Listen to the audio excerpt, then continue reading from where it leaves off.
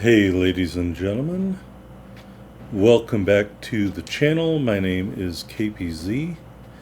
I'm going to go do a quick overview of College Football 25, and basically we're going to be talking about Dynasty because I think most players who play this game are going to be playing Dynasty or Road to Glory. This online stuff I've never been attracted to, but I'm imagining more recent players are going to choose these because that's what's in Madden.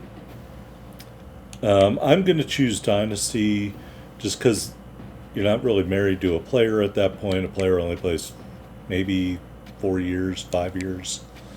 If you redshirt a year, I don't know how that works even because I never play that way.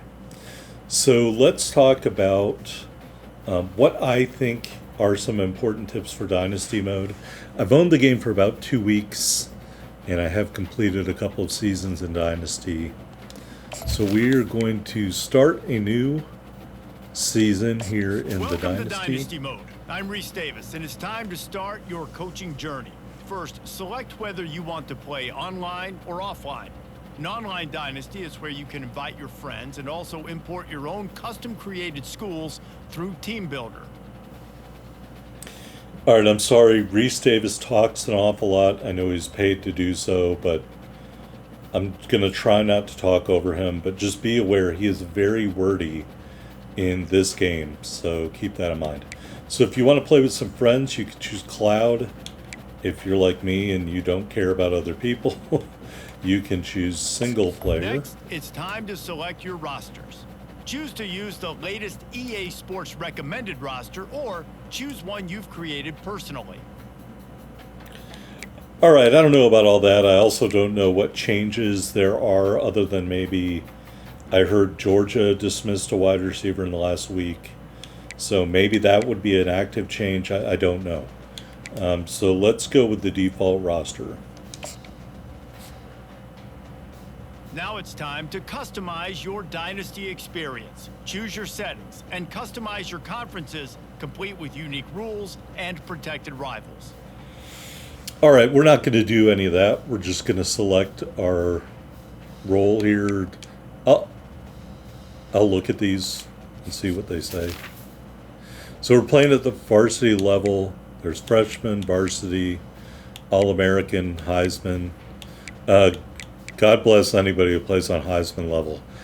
I've noticed the game cheating so badly on varsity level so far that I couldn't imagine playing on Heisman level. But if you're that skilled, by all means, more power to you. We got 5-minute quarters, and we're doing full control, and that's about it.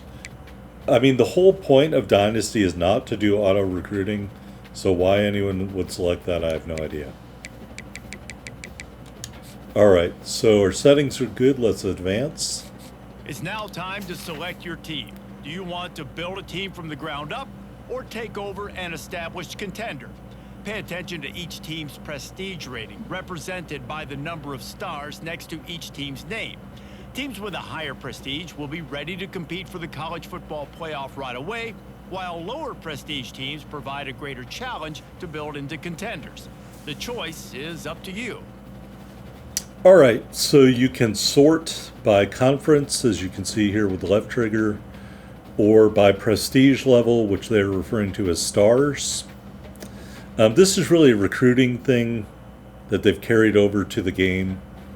5-star recruit, obviously the best recruit on the board. So Missouri, that's my alma mater, that's why the cursor is there on Missouri, is a 3-star, so a middle-of-the-road school. There are no 0-star schools. And there's a handful of 1-star schools, but most of these schools are actually 1.5 stars. Rice is a true 1-star school. So if you choose a 1-star school, just be advised, this is going to be a long, hard grind and some disappointment when you're building it up. But I would imagine if you build them into a 5-star school over time, you would feel very good about yourself. My alma mater, Missouri, is a 3-star school, so for the purposes of this video, we will choose them. The little number 10 is their preseason ranking, perhaps. Maybe the end of season ranking from last year. I don't remember. The team is overall rated an 85 in skill. Obviously, 100 is the highest and probably impossible to achieve. So 85 offense, 85 defense. Their offensive scheme is called a pistol offense. I believe Chris Alt, a coach for Nevada, maybe about 20 to 25 years ago, came into prominence running that system with a quarterback named Colin Kaepernick. And the defensive scheme is a 4-2-5, 4 down linemen, 2 linebackers, 5 defensive backs. It's pretty common in college football these days to need to cover at least 3 wide receivers, whereas 25 years ago it wasn't that common. So we'll choose Missouri. And now you'll choose where to start your journey as a coach. Head coaches progress against goals on both sides of the ball, while coordinators will only progress on their respective side. Whichever role you choose, you will have new opportunities provided to you during the season via the coaching carousel based on how your team fares through the year. All right, so if you wanted to start as a coordinator, maybe you have a favorite coach who's a coordinator, you can do that. If you want to imagine yourself, maybe you're a former player and you just said, hey, I'm going to start as a defense coordinator because I play defense, or I'm a former player and I'm going to play offensive coordinator because I want to get into coaching or whatever. I mean, this is the small amount of role playing in this game. So we're going to choose the head coach position simply because I'm going to emulate the current head coach of Missouri, who, if he happens to see this, I will apologize in advance for anything you might notice. Here, you'll choose to create a coach of your own or use an existing one. By creating a custom coach, you will be able to fully customize your coach's backstory, starting skills, and look, while existing coaches will come with an established set of skills and team bonuses to begin your journey with. Either option will allow you to earn coach points that can be used to unlock unique skills for both on and off-field actions. All right, so here's the default coach for Missouri. He's rated to C-, level 33 strategist. He runs a pistol scheme, and his pipeline for recruiting is the Pacific Northwest. Unless you are really bored or you just want to try it out, I do not recommend the default coach. All right, so we're going to create a new coach. Now it's time to choose your coach archetype. Your starting choices are motivator, recruiter, and tactician. What is the most important thing to you? Acquiring players, maximizing player development, or putting your team in the best position to succeed? All right, so based on my experience so far in the game, if you're going to play this for multiple seasons, you should select recruiter. Now, it just so happens, I believe the person that I'm creating actually would be the recruiting archetype. That being said, I like having a tactician as my offensive coordinator and a motivator as my defensive coordinator. I'm not saying that's the default for every team, but I believe that is the default for Missouri. So for this example, we are going to choose recruiter. And the game has to think about that. All right, here is the default coach, always be Cruton. That's either funny or really lame. As we know, the real coach of Missouri, I'm going to put his nickname here. It's Elijah Drinkwitz, so we're going to put Eli. I think he's referred to in the media a lot as Eli. And then we're going to... his last name is Drinkwitz, so we're not going to type that much. But we are just going to abbreviate that as Coach Drank. And I'm not implying he has an alcohol problem. All right, we'll keep the Missouri pistol offense. We'll keep the defensive playbook. I want to say, I think his alma mater is Arkansas Pine Bluff. Don't hold me to that. So there's no Arkansas Pine Bluff here, so we'll choose Arkansas State. And we'll choose Arkansas as his pipeline. And adaptive AI, really don't mess with that stuff. Offensive aggressiveness. We will put these to 65 for offense and 70 for defense. All right, here in the appearance, you just get to choose a head. So we'll just pick a head that somewhat looks like, I think that's one I've been using, but it looks really weird in some of the cutscenes.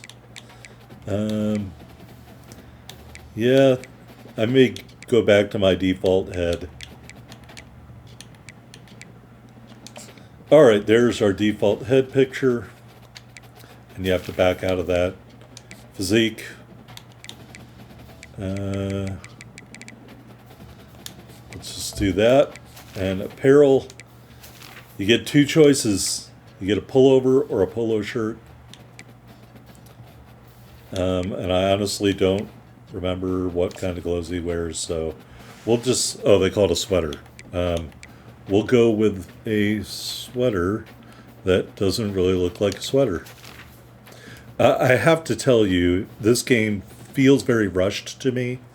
I have games from 20 years ago with 10 times the customization for the coach and the players that this game has. So I'll just say that. I think this game was rushed. It feels rushed. All right, so that's the coach. Congratulations. It's time to sign your first coaching contract. Make sure to pay attention to the expectations of the role. These are based on real-life historical records of the school. Failing to meet the university's expectations will land you on the hot seat and potentially have you looking for a new job when the coaching carousel rolls around. All right, so here's the historical record of the school for the last 20 years, it looks like. So 2005, I think that's the Independence Bowl with Brad Smith as the quarterback. Chase Daniel, 12-win Cotton Bowl season. And also in 08, Chase Daniel. 2011, I don't remember if that was James Franklin or not. Boy, I'm a terrible fan. This Cotton Bowl win, Blaine Gabbert, perhaps? I honestly don't remember. This may have been Blaine Gabbert and this may have been James Franklin. I don't recall. And then, of course, they had a really nice Cotton Bowl again last year with the current quarterback, who we're going to see in a minute. So, just hit A to sign your contract if you look at all that. What a beautiful signature.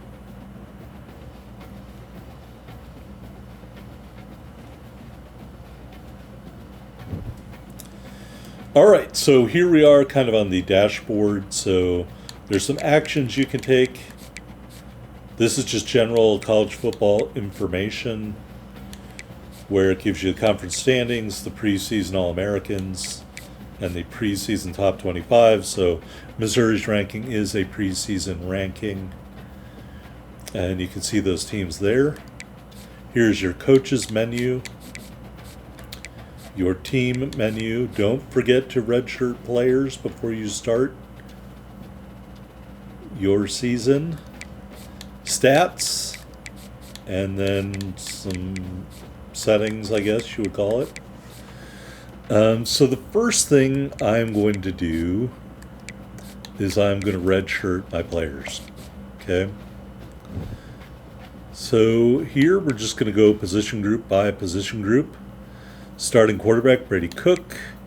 Your backup is Sam Horn. And then we got a couple other upperclassmen here on the roster. So we're going to redshirt Aiden Glover. And you always want to try in a position like this, especially when you have three upperclassmen, redshirt someone, unless your best player is at the top of the depth chart. Because redshirting a player allows them to train up a little bit, improve their ratings by a few points, so it's always helpful. All right, here in the halfbacks, Nate Noel, Marcus Carroll, DeVoris Jones, Jamal Roberts, Austin Madison. We will redshirt Darren Green. They don't have a fullback on the roster. Obviously, I'm not going to redshirt the best wide receiver on the roster, which is Luther Burden.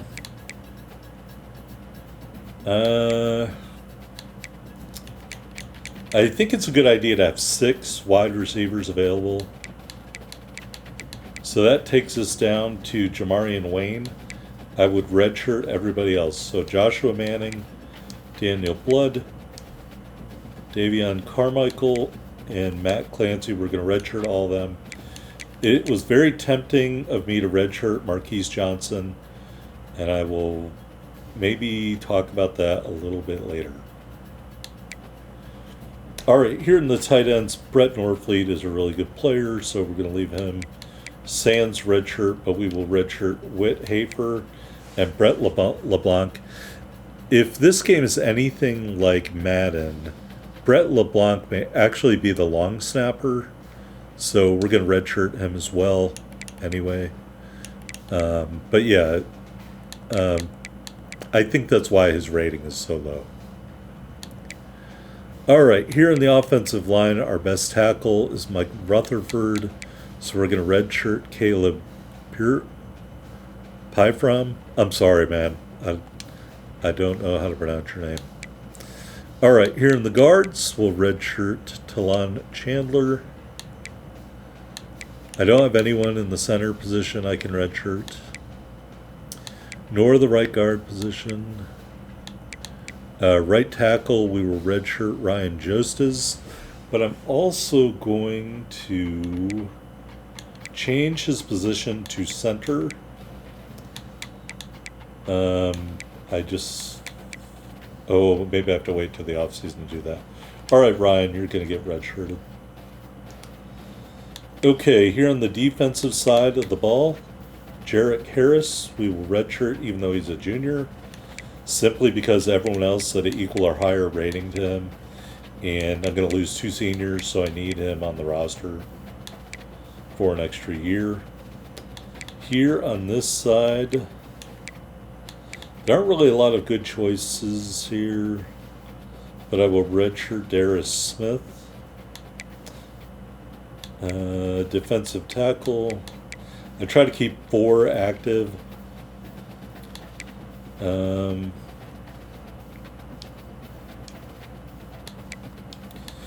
redshirt Khalid Dean and Keith Church. Left outside linebacker, don't really have a lot of choices. Middle linebacker, on the other hand, we're going to redshirt Nicholas Rodriguez and Eric Roberts.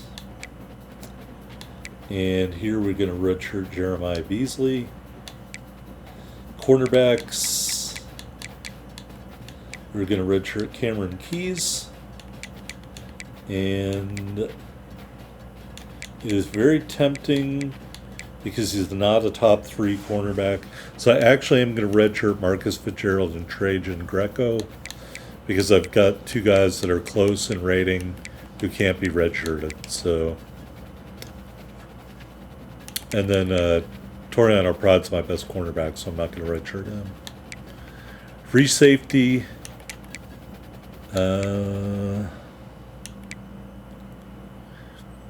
I am going to redshirt Greg Swift. I'm sure he's not happy with me right now, but I am thinking about the future. I'm also going to redshirt Marvin Burks and Philip Roche. And that is that. All right, so the computer in theory is going to remove those people from the depth chart. So let's look at our depth chart. All right, cornerback is going to be Brady Cook, Sam Horn, and Drew Pine. We also have Harold Blood if we need him as a backup on the roster. But I think Pine is faster, and that is kind of a deal breaker for me when it comes to quarterbacks. Here in the halfbacks, Nate Noel is going to be your starter, but there's almost no drop off to Marcus Carroll. A little bit slower, but he is stronger, allegedly, and has better awareness and ball carrier vision. All right, they're putting Carroll as the fullback, which could be a way for you to, I don't know, throw a change up at the enemy team, so keep that in mind. They put some tight ends here. Here's our wide receiver depth. The reason why I was very tempted to redshirt Marquise Johnson, it is my belief that once Luther Burden graduates, Marquise Johnson is the bell cow of this wide receiver group. And what I mean by that is his speed is 97. He will probably advance that speed to 98 or 99 when he becomes a junior. And let me just tell you, you can really outmatch the enemy cornerback with Marquise Johnson. If I remember at the end of the video, I'll put in a screenshot. I won the Heisman Trophy with Marquise Johnson, and he had an absolutely ridiculous season. So I will throw that up there. So if you redshirted him out of this group, I certainly would not blame you. I am considering going back to redshirt him, even right now as we're talking about it, just because he's a 4-string receiver. Missouri's going to run a lot of 3 receiver sets, and by redshirting him, I will get a year of development and then 3 years as a player. So Marquise, I'm strongly considering redshirting you right now. All right, tight end, you've got Norfleet, Stevens, and Harris. All right, so here's where the computer does stuff that I don't necessarily agree with, but it changes the position of your players. So here they've got Armand Membu, who they've said is a pass protector, and they've got him at left tackle, not by position, but the computer filled him into this position because he was better than Mike Rutherford, at least according to the stats. And I don't know enough to know any better. So we're just going to leave him there. Left guard, they've got Caden Green, who's got a pretty good rating. Your center is Connor Tollison, who's got a pretty good rating. So the left side and the center of Missouri's line are in the mid-80s. That's all really nice. The right guard's also an 81. Unfortunately, he's a senior, so you're going to lose that player. Generally speaking, they try to put power players on the right side of the line, at least in the NFL, maybe. That's what I heard anyways, that they'll try to put more powerful players on the right side of the line. So here you've got some power guard and tackle. And really the only one who's in the 70s is Mitchell Walters here at right tackle. So all in all, Missouri's got a pretty solid line.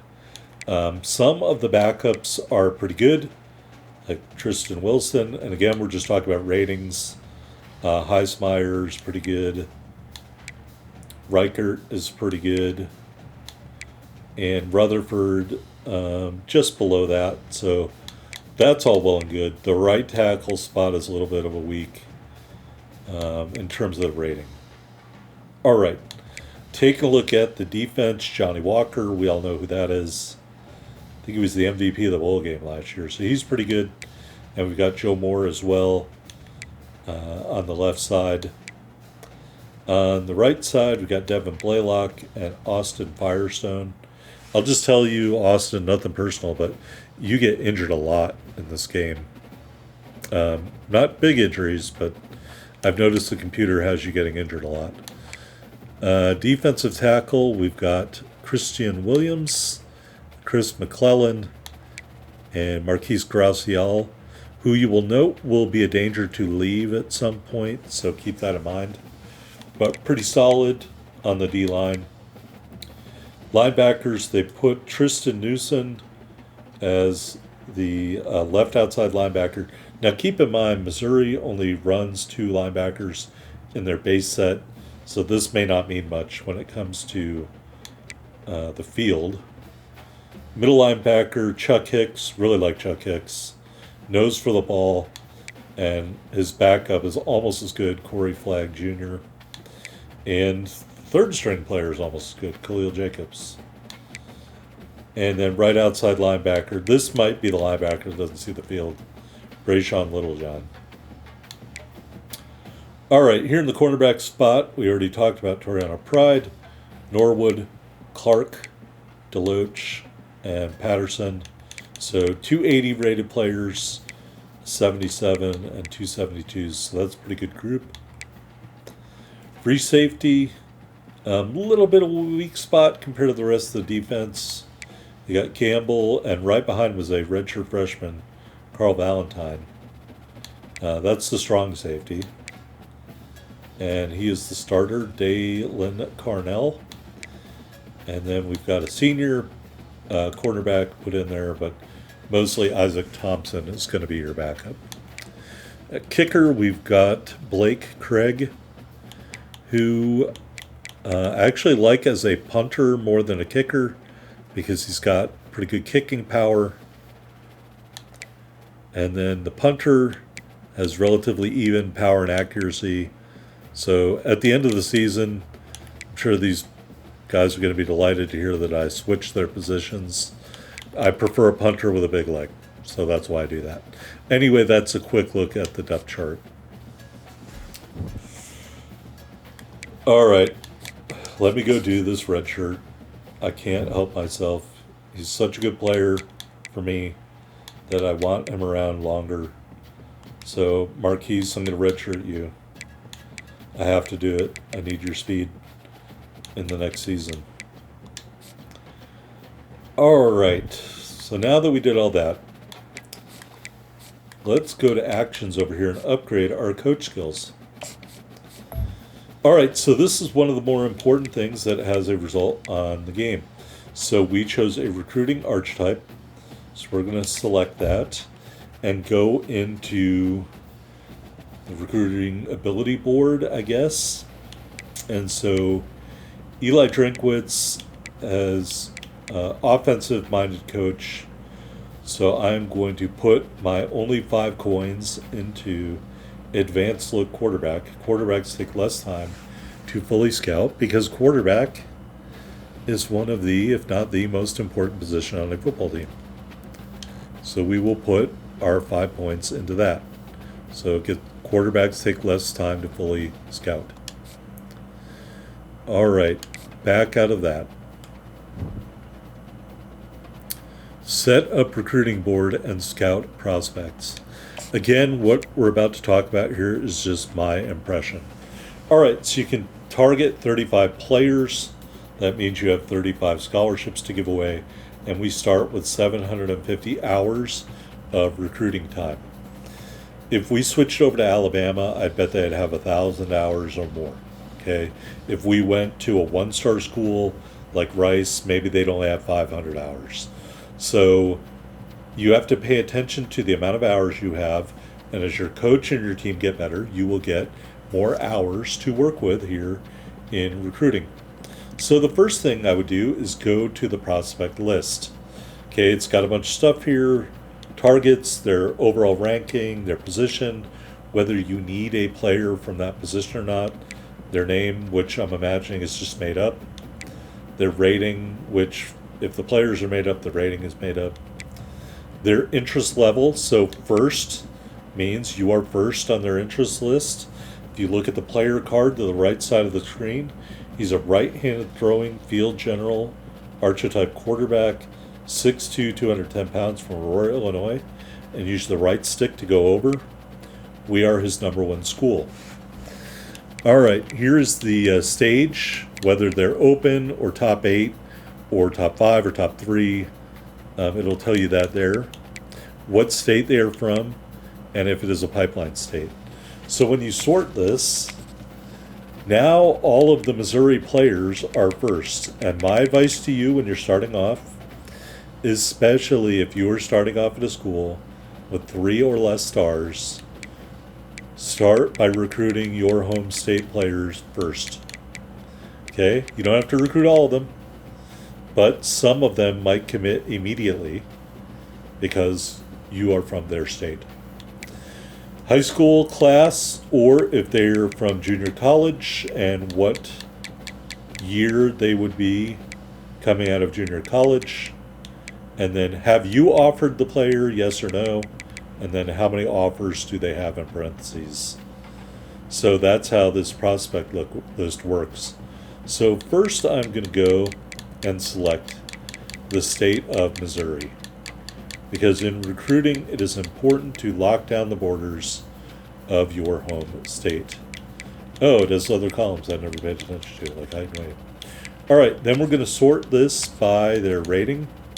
So Missouri doesn't have a ton of really awesome recruits, but they do have a few.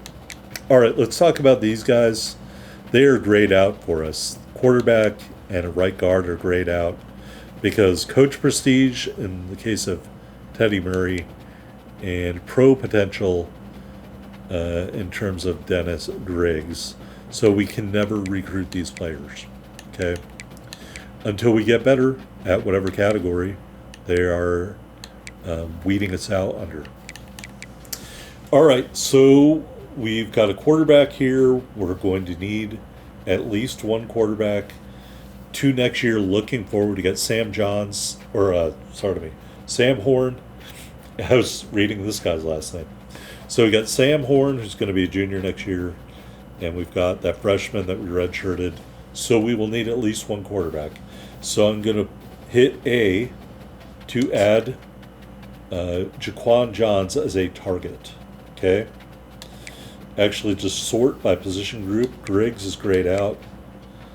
Thomas is only 2 stars, so I wouldn't necessarily recruit him unless you felt you had to, or you wanted to run the option and you wanted a guaranteed scrambling type quarterback. But that being said, this player could be just as fast or faster than this player. All right, halfback. We're going to need a halfback. And we only have one. Now, you could recruit a power back and then put him at fullback. I'm not saying that's a great idea, but we might do that. So let me tentatively check that. Here under fullback, I'm going to pass on that right now. All right, wide receivers. None of these guys are my, well, this guy is. My preferred type is deep threat. So I'll select this guy just because he's the best receiver in Missouri. I'll select this guy, but anyone else we target would have to be a deep threat or a fast player. Here in the tight ends, we've got a blocking tight end. 4 stars, we'll pick him. And vertical threat, I think it's important to cultivate one of these, so we'll also select him. Tackles, I'm really just looking for one tackle, so we're going to pick him. Guards, we've got 2 here that are 4 stars, so we'll select both of those. And centers,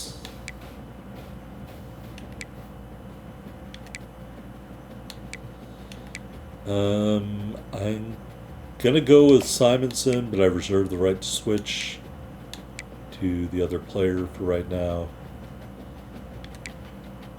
Defensive end, we'll go with Plummer. Tackle,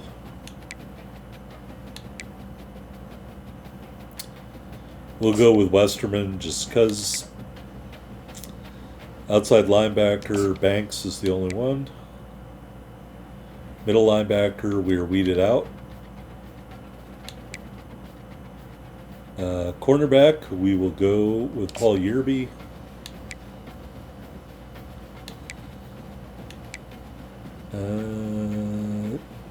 We'll take Schneider. Depending on how he scouts, I guess we'll take both. Only choice. Power kicker, I will at least scout the kicker. And I will at least scout the punter. And there are no athletes from Missouri. So right now we have 19 targets. So my advice to you is scout these players first to know what you would be getting. Okay, so here we're going to go to scouting. And for 10 points, we get 60% because he's within the state and because our coach pays less to scout quarterbacks. All right, so we fully scouted him for 20 points. Taking a look here, deep accuracy 84, throw on the run 86, short accuracy 85, agility 85, speed 78. So this is a player I'm comfortable recruiting. So we will offer him a scholarship. All you can do in the first week is scout and offer them a scholarship. Okay? So we will hit the B button to back out of that and then switch to the next position group. Here for a power back, I'm looking for like break tackle and blocking. Carrying strength, speed of 88. That's pretty nice. You can go over to look at these traits.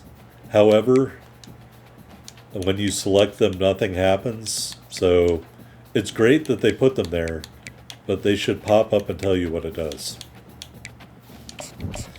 All right, so he is fully scouted, and we will also offer him a scholarship.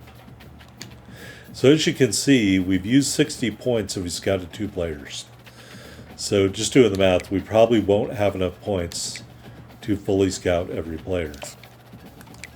So my advice to you is pick one of the 2 players and fully scout one, and the next week fully scout the other. So speed 88. So let me switch to this guy.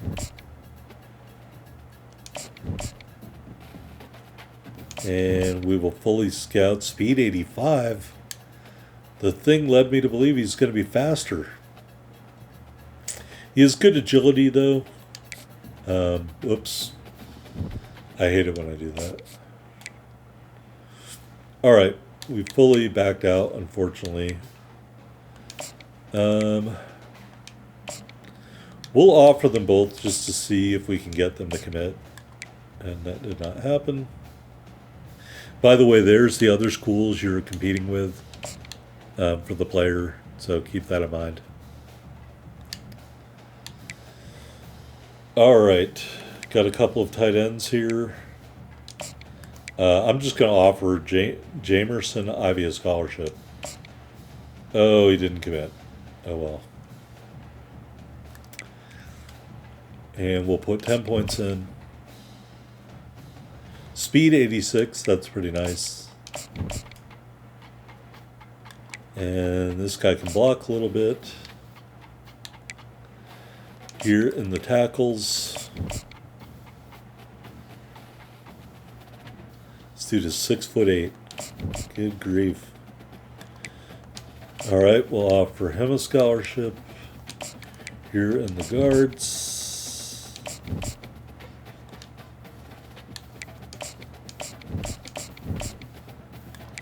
okay, we will offer both of them. And just because you offer doesn't mean you can't rescind. Please keep that in mind. I'm going to hold off on that. Defensive end.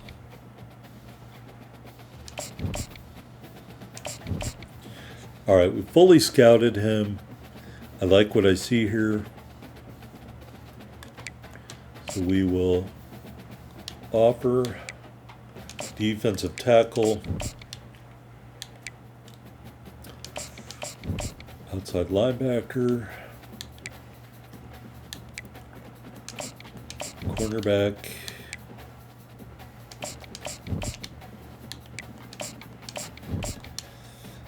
and the safeties.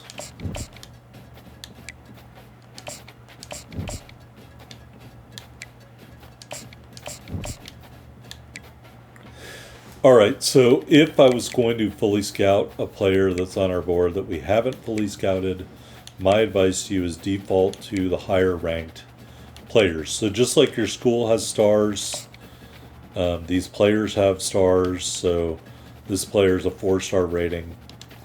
So I fully scouted him. And I'm going to fully scout these guards because they also have a 4-star rating. Strength of 93, that guy's going to be pretty solid. Impact blocking of 88, so that looks pretty nice. Here, impact blocking of 90, strength of 92, so another good player. All right, so that is telling you that this is not a hidden gem. All right, that doesn't mean he's not worth recruiting. Strength of 89, impact blocker. He's just not going to be a superstar. So I don't think there's anything wrong with keeping a player with the X'd out hidden gem, especially when you're starting to build your school. So we will keep Mr. Pike in our recruiting pipeline. All right, 320 points or hours left. So we will fully scout this tight end. Strength of 82.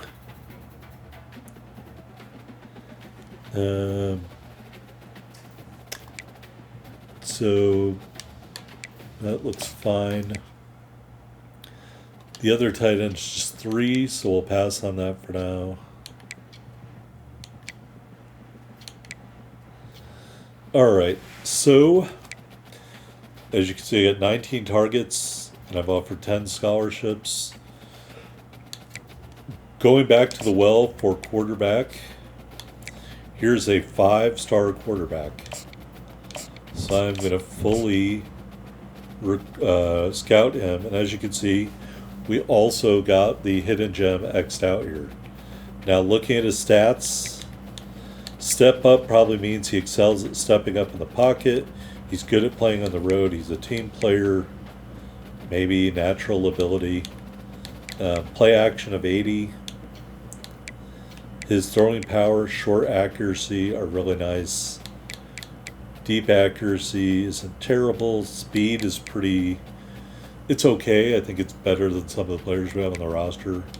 So definitely going to recruit that player. I do not recommend starting off that you go for more than 20 or 25 players. 25 if you have a 5-star school and you have a ton of hours. So I'm going to just spend the rest of my points scouting our current targets. And nothing says you can't drop a target if you don't like what you see in the scouting or whatever. Here, 88 speed for a physical receiver. I think that's pretty good. He's fully scouted. Here in the tight ends, another hidden gem X'd out. Deep route is not great for a vertical threat, only 58. But he's got pretty good speed and acceleration. Looking at the other players that aren't fully scouted. All right, so there is a hidden gem, Morris Simonson. As you can see, he's got pretty good stats for pass blocking power, and impact blocking, so we will offer him a scholarship. And starting out, if you find these green ones, I would try to prioritize them, even over a higher ranked player. They might not be as good starting off, but they have the ability to develop, especially if you can redshirt them. That's just my opinion about this. All right, looking at the rest of the roster here, we got, oh, well, I guess I offered him the scholarship. Luckily for me, another hidden gem. All right, strength, power move look nice. Tackle looks nice. Hit power looks nice. So when you're starting off as a lower prestige school, you really kind of have to count on these hidden gems. All right, moving on. No hidden gem there, but we will offer Mr. Banks a scholarship anyway. Because they can't all be hidden gems, right? Another hidden gem, Paul Yerby, who's a JUCO sophomore from Lee's Summit. Here in the free safety.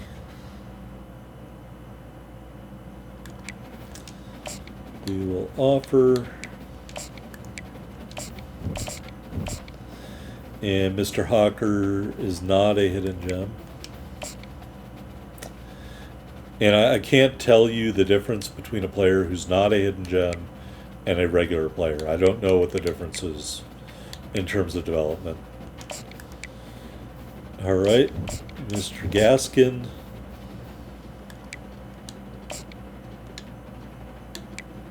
We only have 40 hours left.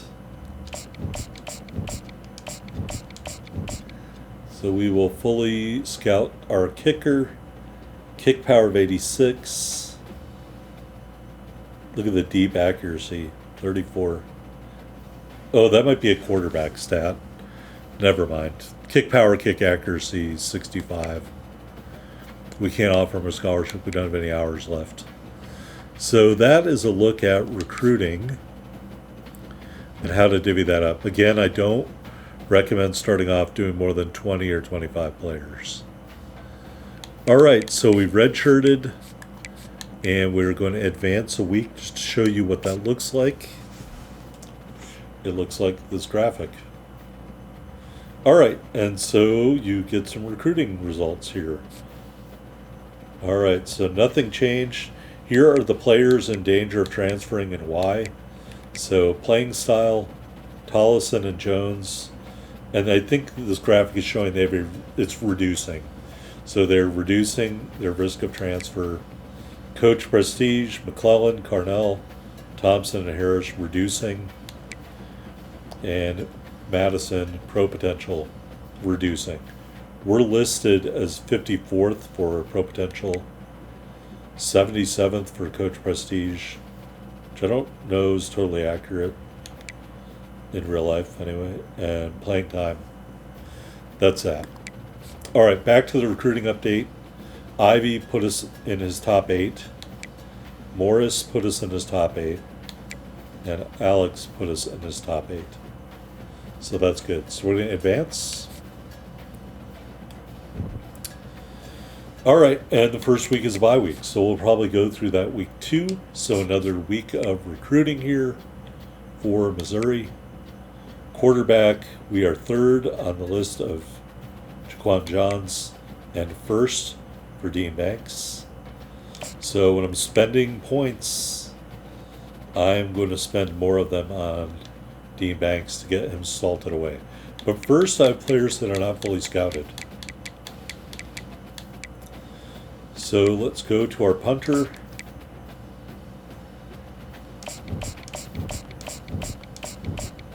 Who is not going to be a hidden gem. Kick accuracy 77, kick power 73. We'll offer him a scholarship, and then we'll spend the lowest amount of recruiting points, 5 points, to search through his social media to find out more about him. All right, the kicker, we'll offer him a scholarship, and we'll also search through his social media. For a 2-star player, unless you're a 1-star school and that's all you can get, I wouldn't advise going out and spending a lot on recruiting, at least to start with. All right, so let's look at Mr. Johns here. As you can see, you hit add action, go over here and pick what you want. So you can see the amount of influence that all this has.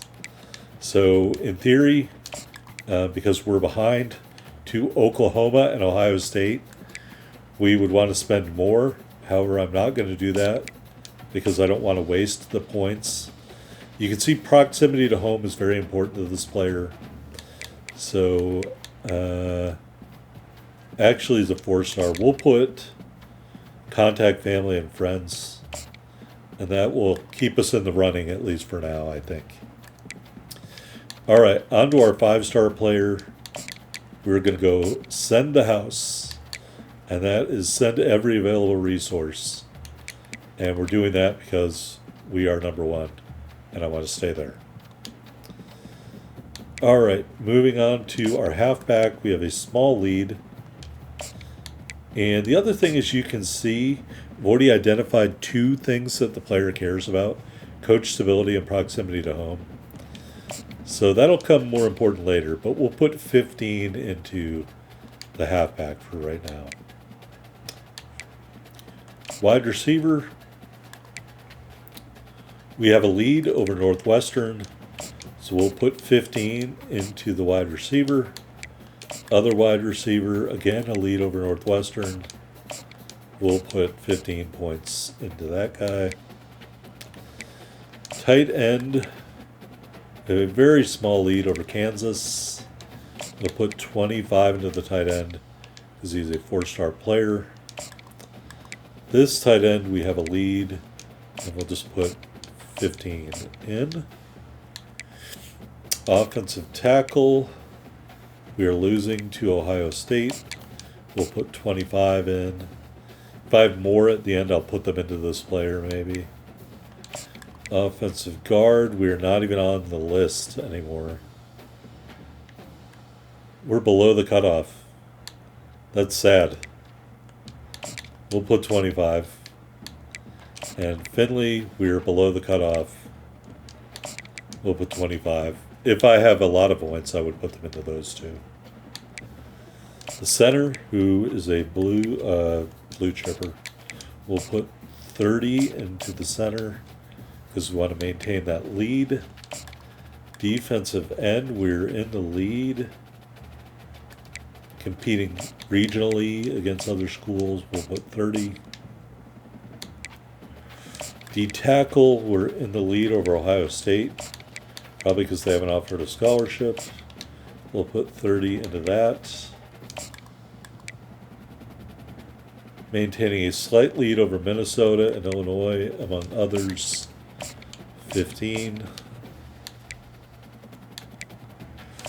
Cornerback, slight lead over Illinois. Wait a minute. So you select the action if you want to get rid of it and hit Y and hold it down. So we'll put 25 because he's a hidden gem. Free safety, slight lead over Illinois, 15.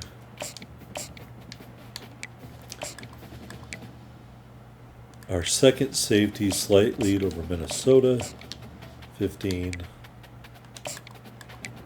Strong safety, a little bit of a lead over Ohio State, 15. And we already did the kicker and punter. So we have 130 hours left. So let's look here in our recruiting for players who consider proximity to home to be important. So here's a 4-star player. So I'm actually going to take these off. And I'm going to put 50 hours on this player.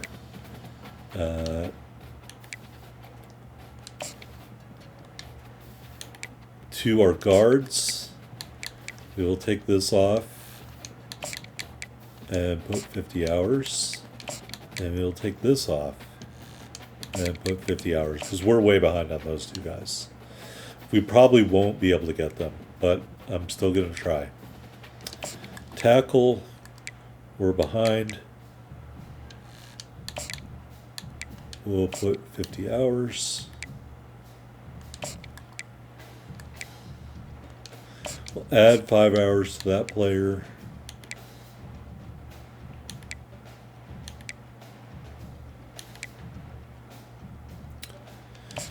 And we'll add 5 hours to that player.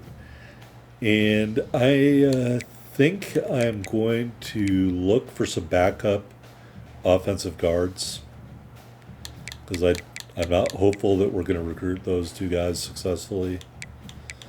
So, who else do we have here? I recruited my in-state guys. And the only other in-state guy is a 2-star, and that is not good. Oh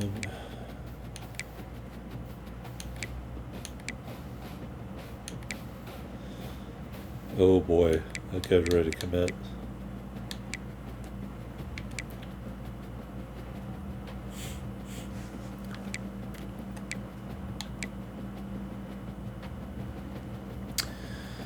Alright, so I think I'm going to select Middlebrooks.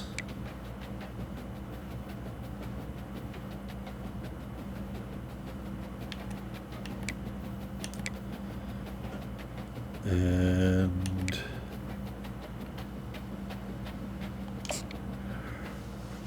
Hearns.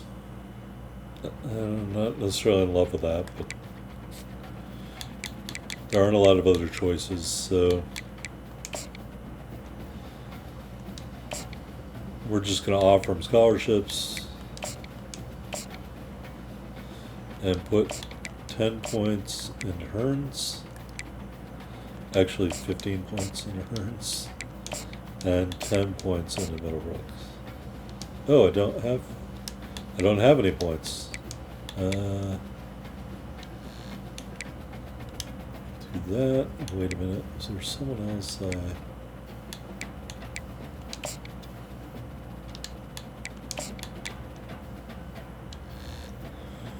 We'll take it away from our tight end. Alright, so I'm not expecting to keep all those targets. So that is week 2 of recruiting. We'll advance again.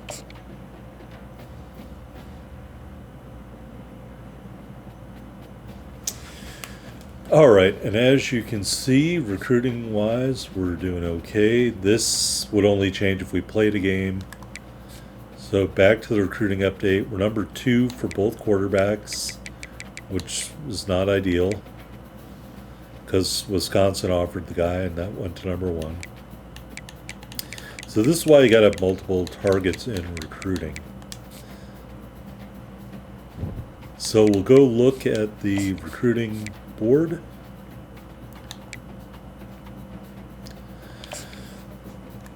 All right. Oh, that's Ohio State. I thought that was Wisconsin for some reason. Yeah, or Oklahoma, pardon me. All right, this guy was Wisconsin. Well, we really can't do a whole lot different than what we've done there. Comfortable with that. Comfortable with that. Comfortable with that.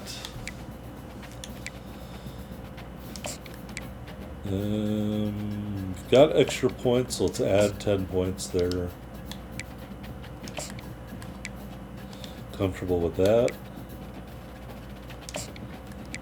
I can't put any more points in there. So we're number 2 for right guard number 1. Number 1 for right guard number 2, so we'll keep that way. Over time, these other pitches, soft sell, hard sell, will open up. Here on these guys, we're not registering for either of those. But I will do some scouting of each player.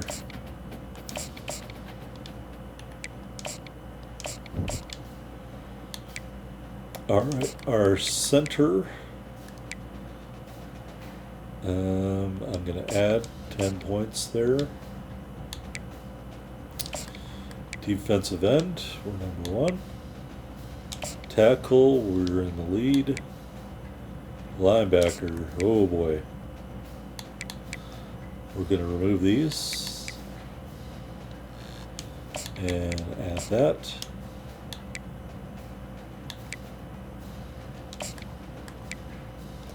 In the lead there. In the lead there. In the lead there. In the lead there. In the lead there. And in the lead there. All right. Are we going to play this game? All right.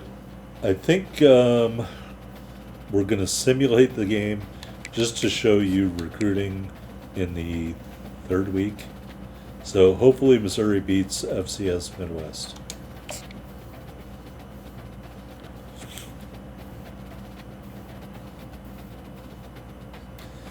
All right, so we've got another week under our belt in recruiting. We got some coaches' points and 10 points into. We did win the game, moved up to number 8 in the nation. So upgrade coaches' skills, we got 20 coins. And my advice to you is put them all into recruiting. So we're going to choose most influential. And then we're going to go over here to wide receivers.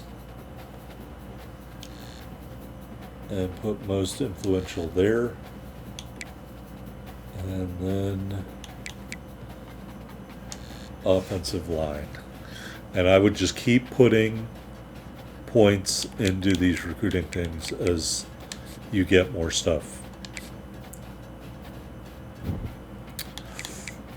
All right, so back into the recruiting tree.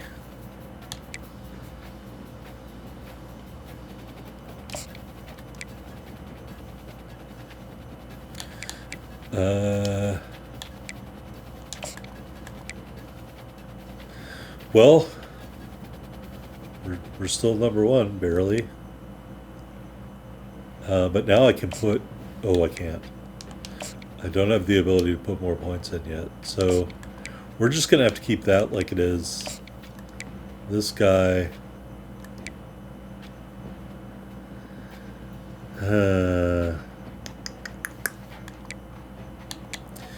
We will take this stuff off and send the house in, and then everyone else should still be the same from where they were in terms of points. So I'm just looking at this overview to see how our lead is looking.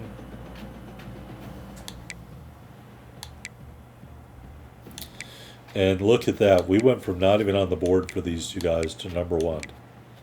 So, conversely, we didn't go anywhere with these two guys. We'll just keep putting points there until they commit. Just the 10 points. Once these two commit, I'll probably stop recruiting these two. Simonson. Because, look at that. Now, he wants to schedule a visit. Unfortunately, to schedule a visit, we have to take almost all our points off. So there are 2 ways to think about this. You can schedule a visit against a cupcake opponent and then beat them badly and get automatic influence. Or you can roll the dice against an influential opponent and hope you win the game. So I'm going to choose a visit on Vanderbilt. And any other offensive players on the line that you're recruiting, you should try to schedule them for the same week. Now here, because we don't have a lot of stuff to choose from, we're going to choose proximity to home. Even though we know athletic facilities is a green check, we're going to gamble that playing close to home is important for Mr. Simonson. All right, moving on to defensive end. Slight lead. Tackle, big lead. Linebacker, we're still behind. Oh, that reminds me of something. I've got to put 10 points in there. Our only remaining points. Losing there. In the lead there.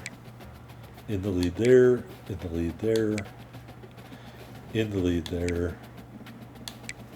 And so all in all, we've got some problems at outside linebacker, but I just don't have the points to redirect there yet. So he's ready to schedule a visit. I just don't have the hours. So you're going to get into kind of a resource management thing with freeing up the hours to recruit a player, and you just don't have it available. So that's why it's important not to target tons of people. Now, we could go back here to our guard board and remove these guys. And by doing so, we get 20 points back. Go back here, take this off. Schedule a visit. We'll pick Vanderbilt again. You can't schedule everybody for the same week. We'll pick proximity to home. And then we'll put the social media on there. So maybe that could help in the long run. All right, so that is a look at college football 2025. Just one man's opinion on recruiting. So I'm going to just play a little snippet of a game here. Oh, heck, maybe we'll just play the whole game. I should have done this last week against an FCS opponent, but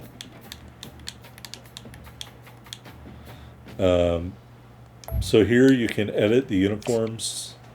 So there's the default Missouri home uniform. You can change this around. Let me put the default uniform that I really like. Gold letter helmet, black pants, black jersey. And we're facing the Buffalo Bulls.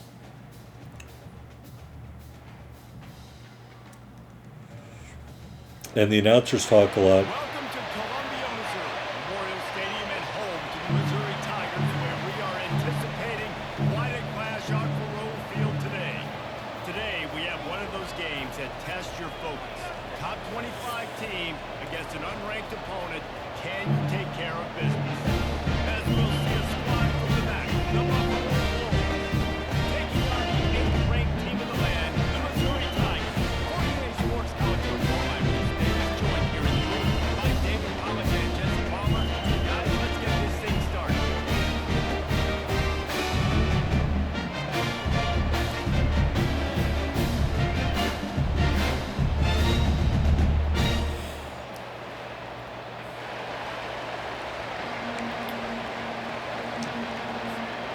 Missouri about to kick off and lift the lid on this.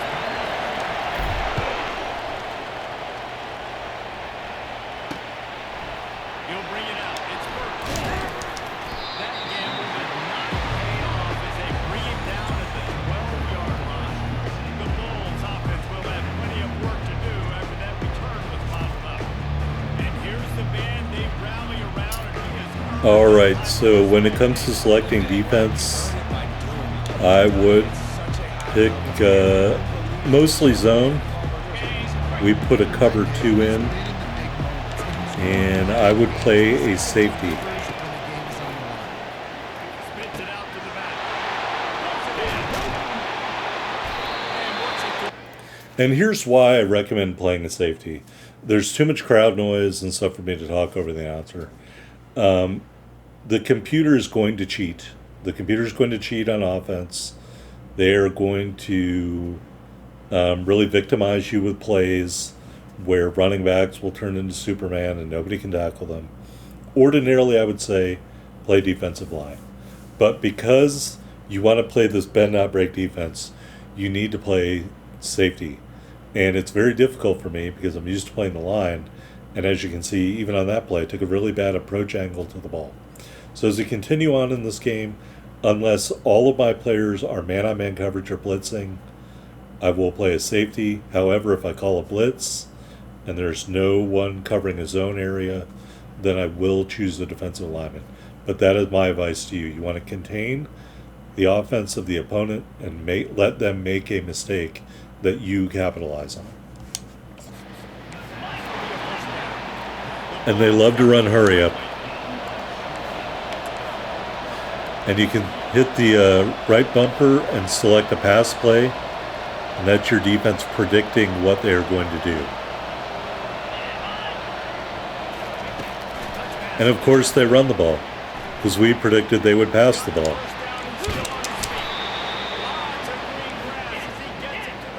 So we're going to pick blitz. All of my players are occupied. We'll choose a lineman. And then I'm going to go select pass play anyway.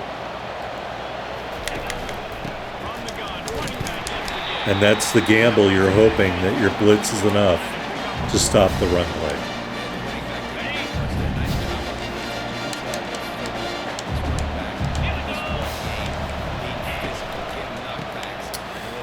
Of course. And a nice run there before the defense finally makes the stop. And they'll give you the same boring coverages and plays all the time.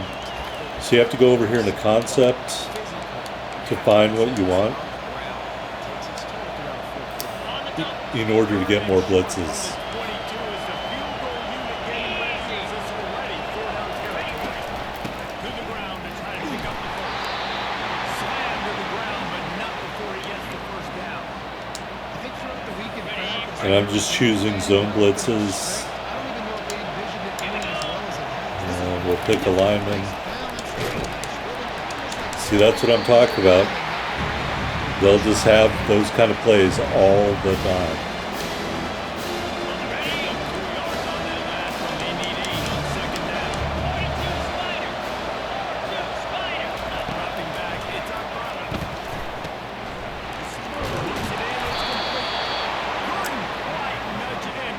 All right, here's where it gets a little sketchy.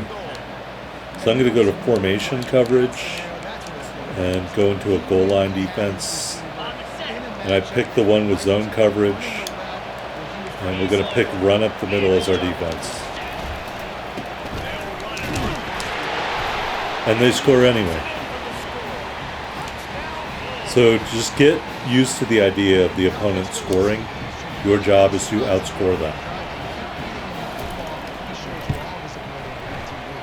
And the extra point is good, and it's 7-0. About to kick it away after scoring the touchdown. From inside the 10, here he goes. Nice job executing all of the assignments as they put a stop to that return at the 22. The Tigers offense has the ball for the first time. As we take a look at our impact players for this. All right, so let me talk a little bit about offensive philosophy. I like to run the ball to set up the pass. Obviously, Luther Burden is a great wideout, so I'm going to try to target him on deep routes. But other than that, I'm going to run the ball a lot to bring up the defense of the opponent. The AI will get used to your offensive tendencies, and they will change their defense to stop you. Hear me now and believe me later. Maybe not in a game, but over the course of a season, they will do that. To make an impact from their leaders. Your leaders not only have to lead the football team, they got to step up and put players on the field. These guys typically do a really good job.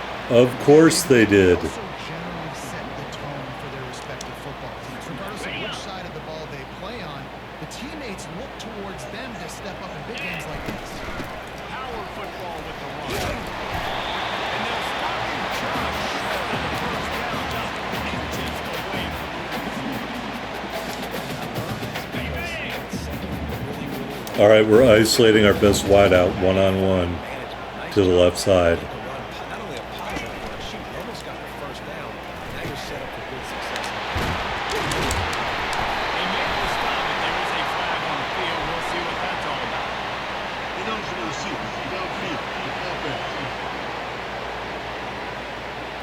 They call these plays all the time now, the offensive They will take the player downfield. fairly manageable distance here on third down from the 27. Looking downfield, it's Cook. It's complete to the right. Holding on. The defense got gas, but they finally. All right, folks, you got to find the mismatches between offense and defense and exploit them. It's going to be harder when you play a better team, but that's what we did right there. Throw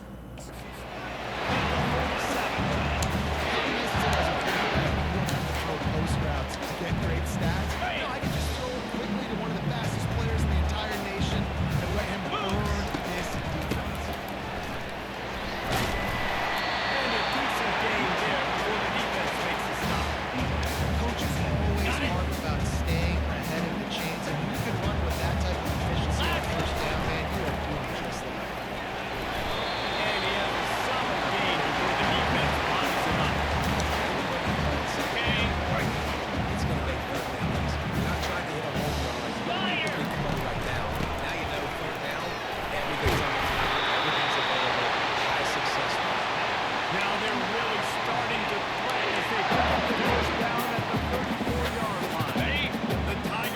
All right, keep an eye on receiver Y.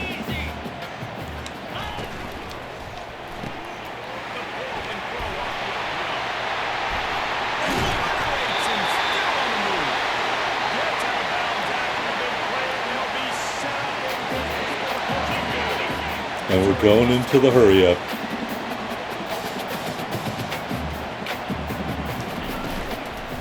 They'll keep it on the ground for first and goal. He'll be brought down to the 5-yard line, and this defense is on its heels. Well, they're going on field. Nice job handing it off. Really good vision there. Just getting what he can get. Right? Puts his foot in the ground, gets forward, and helps this offense find positive hands.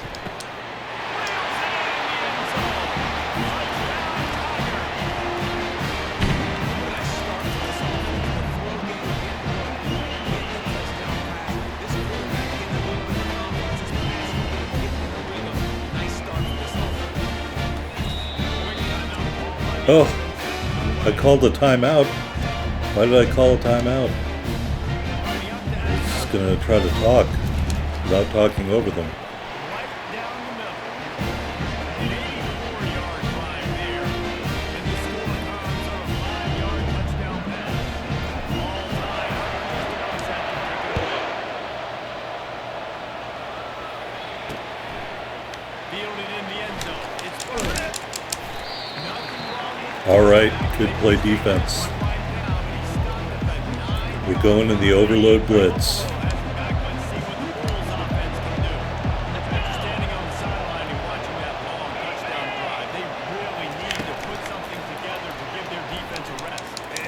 You got to be kidding me.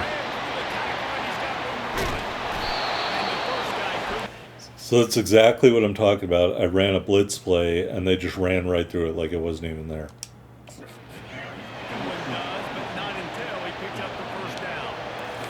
We'll call another blitz, because why not? Middle blitz. Ground game going, so you could have some balance, and then you give it to your quarterback partner and let him make some plays down the field later on. Yeah, exactly. And then coming into this game, this offense knew they were going to have to some way, somehow, at least establish a semblance of a running game for exactly what you just said. All right, that's where it paid off. Blitz.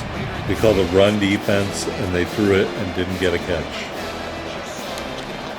All right, here on 2nd and 10, we went Foxfire. And I'll switch to the safety.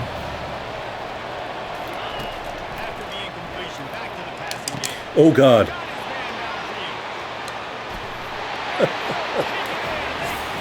I forgot to call pass defense. That's ugly. That was a lightning fast drive that ends with a touchdown. Yikes.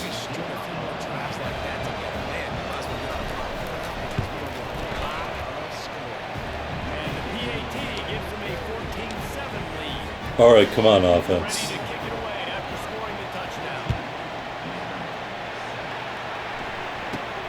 Looking for an alley from inside his own 10. Nice shot. Oh, he got clobbered. The assignment's taking a stop at that return at 22. Missouri has the offense ready to go on the field. And what a drive last time for the touchdown. That passing attack was lethal.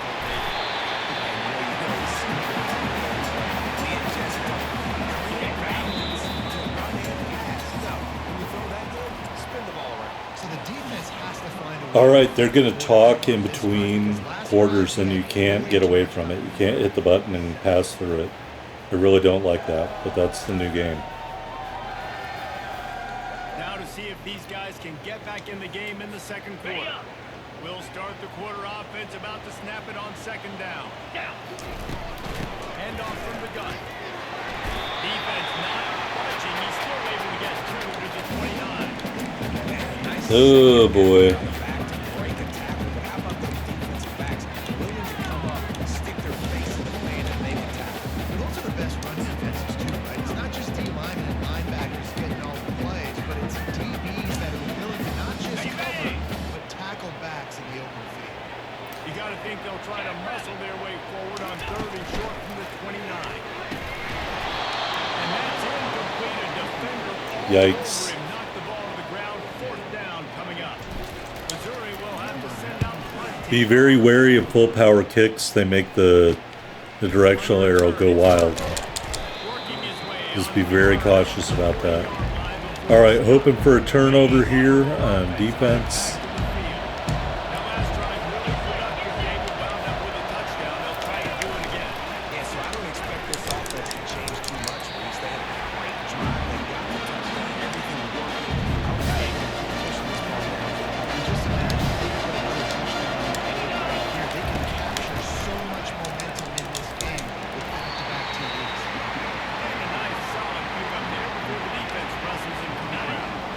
After the strong run on second down, third down coming, and they do it again.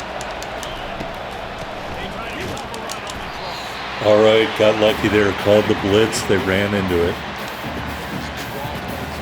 And this is how you get point differentials. You just make them go 3 and out. Defense did a great job understanding the situation, rushing the quarterback, knowing that run will be an option. Come on. He really did not run straight into that guy. 27-yard line. Mizzou has it back in the offense coming out on the field. The last time we saw this offense, we had to look quick. It was a 3 and out. They just had no rhythm in that last drive. So someone's going to have to step up and make a play there and get this thing going. Yeah, let's find some juice. Find your guy. Find those plays that you know you can run inside out and forward backwards. Get some first downs, get some positive plays. Oh, press coverage, folks. When you see press coverage, Now here they come on do not hesitate to change the play. And we're going to put Theo Weiss on a fade route deep. At the line. Off the play fake on first down. He's going for it all. Oh. And unlike old college football games, you cannot control the wide receivers. So basically, they either catch it or they don't. Made a bad decision, forcing that football into double coverage. Oh, God. And it'll be incomplete. This is some I ran him right into that guy. Looked like the offense had a chance for a big play there. The running back just All right, we're looking towards B. on third and long. He's going to have to throw for it. He's got an open man. His defense giving up ground. He's finally knocked down at the 26. when you're a playmaker like this guy, those quick coaches are going to drive the plays intended for you. Especially Oh, they're still pressing.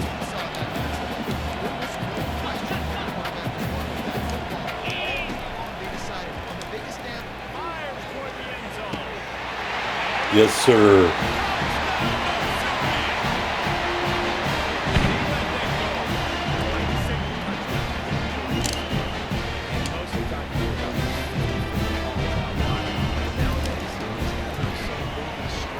That's why I run the ball. So they put them into press, and then I go deep. That won't work all the time, clearly, but Guys, you never know what's going to happen in college football. Check this out. Clemson has the lead currently, but they've been in a dogfight all day today and just haven't been able to pull away. They're up by 10 over Appalachian State. Any big developments in this one, we've got you covered with the best studio team in the business. Gentlemen, Thanks for the update on that one. Kevin, let us know when it goes live. oh, God. Past the stakes, and he may get more. See, this is what I'm talking about. You don't put everything right. It doesn't matter who you're playing.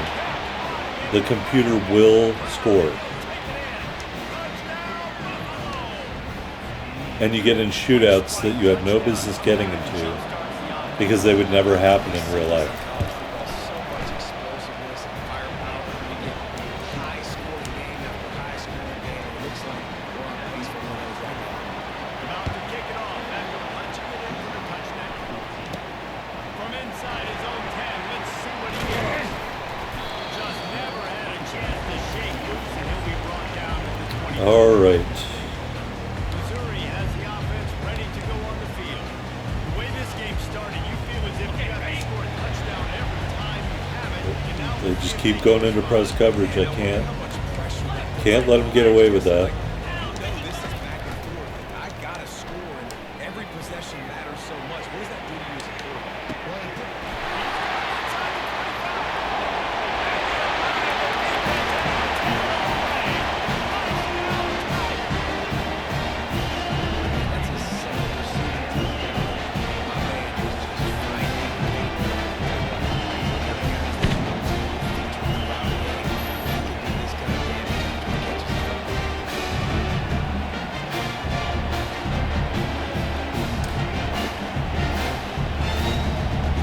But basically every time I go up to run, I see them in press.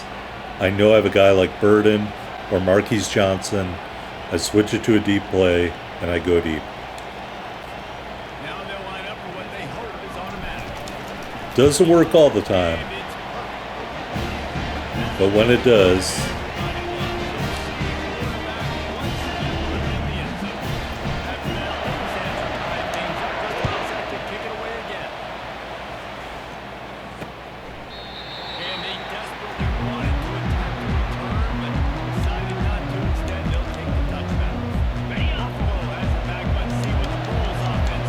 all right, let's stop blitzing.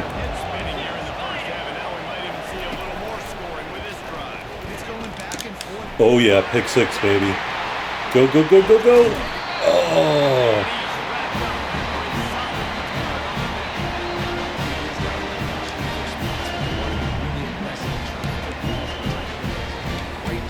All right, I want a play for Brett Norfleet where he does a big curl into the end zone. Here we go.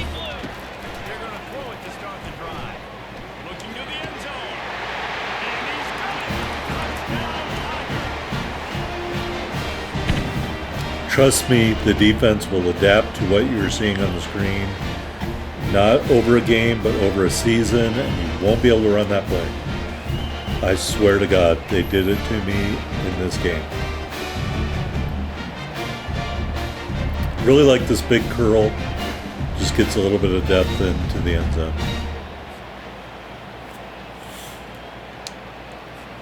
Lining up to tack one more onto that lead. And the extra point makes it a 28-20. All right, now that we definitively have a lead, definitely bend, not break defenses. No all-out blitzes.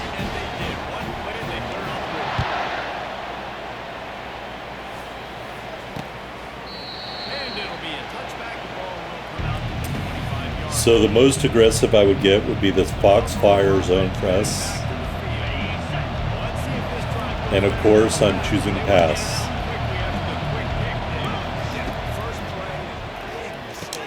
Oh my. Oh my. Oh my.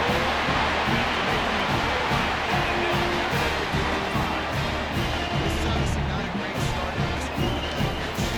Two interceptions already in this game. He's got to do a much better job of this. All right, we're looking for RB, Mr. Cooper. Wants to throw one first. A shot toward the end zone.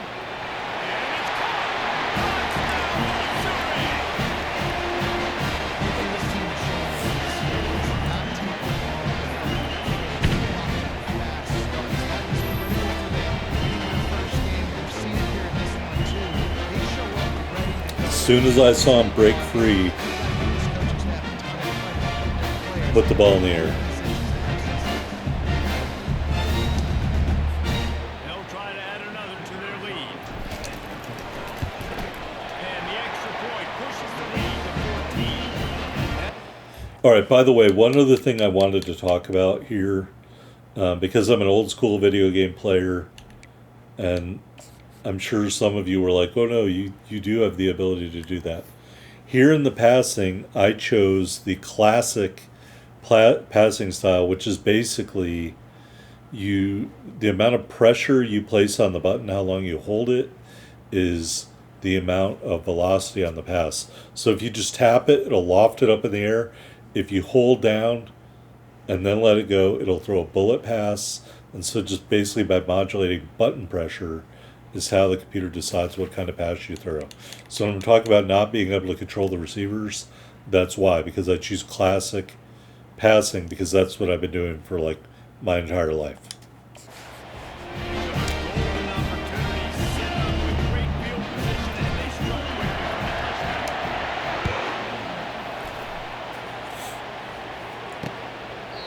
And it'll come out to the 25.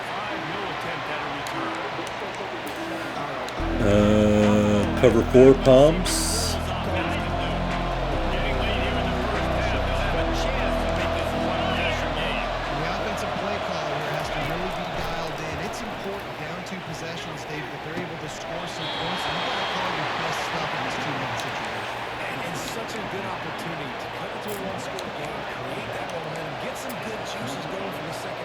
obviously, built yourself a little Robber bit of press. You need some good things to happen, but it needs to happen on this possession.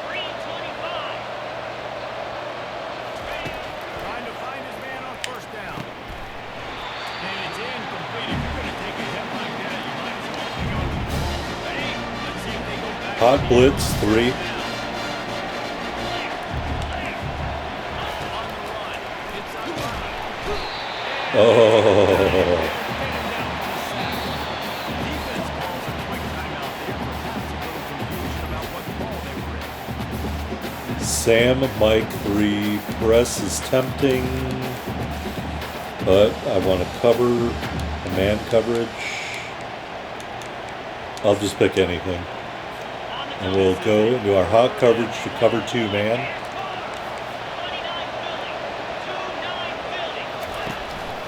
They'll try the run. He's dropped behind the line of scrimmage. That'll be a loss of 3. The defense calls the timeout, and that's their last one of the half. And the Bulls. All right, good play there. It's amazing how clean on the defensive end of the backfield can really swing the momentum not only of a series but of a game sometimes. Oh, I thought that would open up more. All right, 125 seconds left. Do not deviate from your plan. My plan is to run the ball and switch to deep pass plays when they press cover, so that is what I'm going to do. They'll run it from the gun. Oh, God. Defense coming up with a huge fumble recovery. What? And he's brought down, and this defense gets the ball back. All right, defense. You can't stand for that.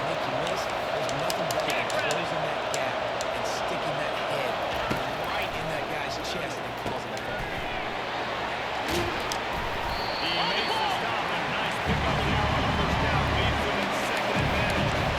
The Bulls get a year for their run. He's looking for an open man on second down. Open in middle. And the completion. And I'm also hitting right bumper because I heard that strips the ball. I don't really know if it strips the ball, but I'm doing it.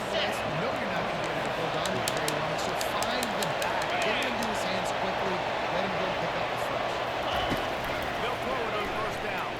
Pocket starts to collapse. Oh, As he released the ball on that first down pass, and it never had a chance. overload blitz, I'm doing it. Completion looking at second down. Looking for a man. It's on Carter. Finds a tight end. A timeout is called as this offense tries to find a way to get more points on the board before All right, 3rd and 11. Overload 3 seam.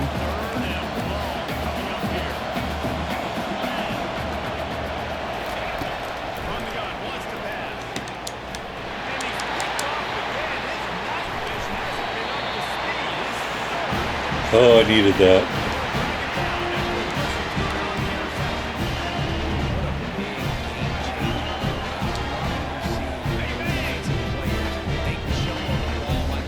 All right, take a look at the B receiver, Theo Weiss. Breaks a big mojo for your team. That is exactly what you're looking for when you talk explosive plays. The defense finally able to make the stop. He wants to throw. Looking to the big tight end. Oh, he dropped it. Through his fingers, incomplete. That would have been a huge gain if he could have squeezed it. And I love taking deep shots. I think the next quarterbacks play on it. Oh, are they doing press coverage again? Just missed Okay. on that shot. But listen, those are shots that we want to take because the risk is definitely worth it. He works his way inside the 30 down to the 29 and picks up the first down. He's going to pass. Lets it fly Oh, downfield. nope. That one falls incomplete, trying to get a chunk play on that one. Hey, just I try to get chunk plays all the time, Mr. Peter. Looking at the Y receiver, Mookie Cooper. On that play, it's completion. The good news is the quarterback knew if his guy wasn't going to catch it, nobody else. Did he catch that? Unreal. Unreal. sticks for a first down.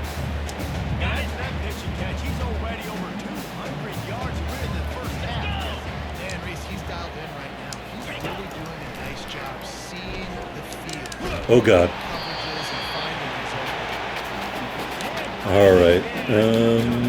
Shot trying to deliver that football, and it'll be second down. Okay, one more snap coming before halftime. All right. Looking at the X receiver. They'll run play action. The pass is Nope. incomplete, and there are 2 ticks remaining on the clock. A third and long here. They can't pick up the first down without getting a touchdown. 55. Looking downfield, it's Cook. Fires into the end zone. Oh, a pass interference. Come on. All right. So that went okay. We're up by 2 touchdowns. Look at all the pass deflections. A spirited environment there in Columbia. Just get used to that in this game. Defenses have really been up to the task so far, and it's hard to ignore how each of these 2 secondaries have impacted things. They've stayed true to their assignments, covering each receiver like a blanket. And you know what else they've done? They've wrapped up and tackled. And with that, let's send it back to the guys at Memorial Stadium. Why do they show all the computer highlights? Why can't you show my highlights?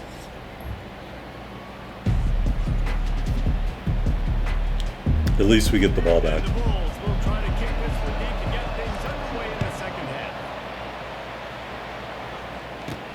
He'll bring it out from inside his own 10.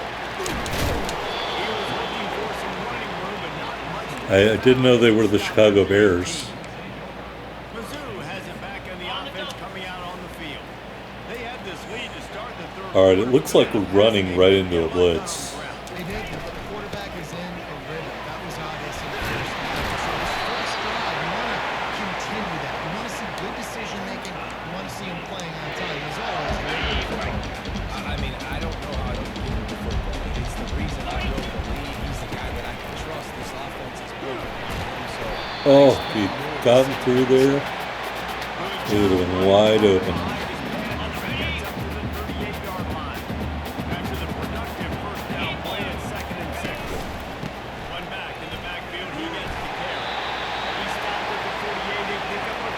And don't hit right trigger to sprint until you make it to the edge or into the hole.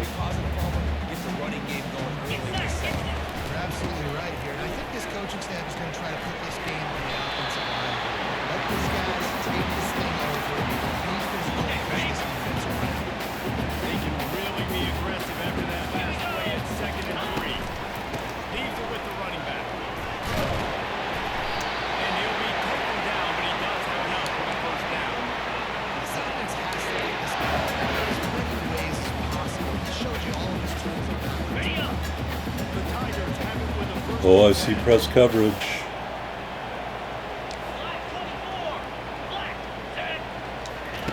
Back to the run, now to throw. Oh, he's going to take a shot at the DB. And a big play on the outside. What a job to keep those. Nice back shoulder throw.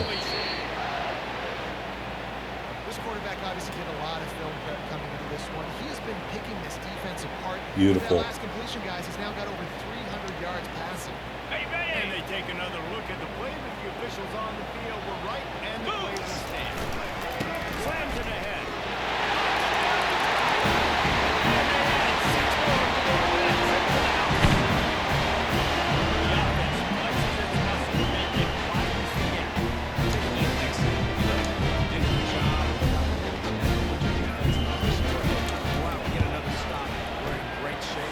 Yeah, try not to do full power point after touchdowns. I just forgot not to do that.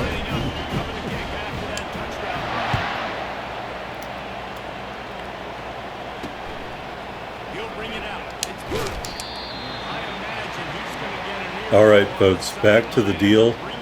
We've got a pretty good lead. So we're going to be aggressive, but also we're going to play it safe at the same time. So we're going to go cover 2 man starting off. And I'm going to say they're going to run to the left.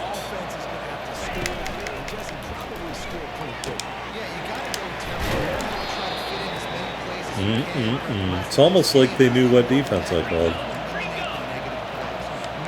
All right, we're going into pass coverage.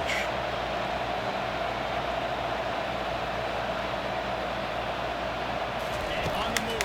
It's Ivana. Working the move. It's complete. Pass like that. Looks like a great fast. I'm really tempted to go over low blitz. Sam Mike. Picked up some yardage with that completion. Now second down. And we're calling a run up the middle. Out of the gun. They'll run it inside. And it doesn't matter that I call the run up the middle. 49. The Bulls will hustle to the line. There we go. We finally see some life in this offense. Predicting a pass. Nice game to pick up the first down. Got to get more of that going moving forward because they have not run. Not much working there. On the second and 9. Here comes a hurry up. Okay, so something else you can do is pinch your line in, which is a little helpful when it comes to stopping the run on a pass speed. It's a draw. He's knocked down in the backfield. And this offense just All right, straight up pass defense this time. already trailing big, and the clock is not their friend. Oh, Johnny Walker, what a play.